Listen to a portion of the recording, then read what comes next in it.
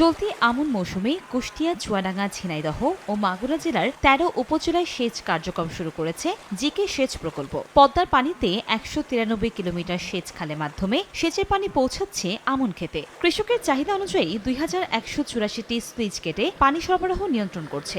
এতে বন্ধ হয়ে গেছে বিভিন্ন নলকূপ দিয়ে ভূগর্ভস্থ পানি উত্তোলন। কৃষক জানান, সারা বছর পানি পেলে এক জমিতে ৩ বার ধান উৎপাদন করতে পারবেন তারা। জিকের পানি যদি অ্যাভেলেবল আসে, আমাদের কোনো সার ফাঁস খুবই কম লাগে।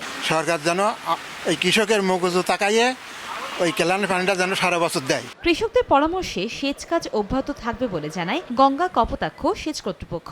যেসব এলাকাগুলোতে পানির খুবই প্রয়োজন এবং যেসব এলাকা কৃষকের চাহিদা থাকে, ওনারা আমাদের কাছে রিকুইজিশন পাঠায়, সেই আদালতে আমরা ওই এলাকাগুলোতে পানি সরবরাহ করে থাকি। গঙ্গা কপোতাক্ষ সেচ প্রকল্পে চলতি আমন মৌসুমে কুষ্টিয়ায় ১,১০,১০৭ হেক্টর জমিতে সেচ দেওয়া হচ্ছে।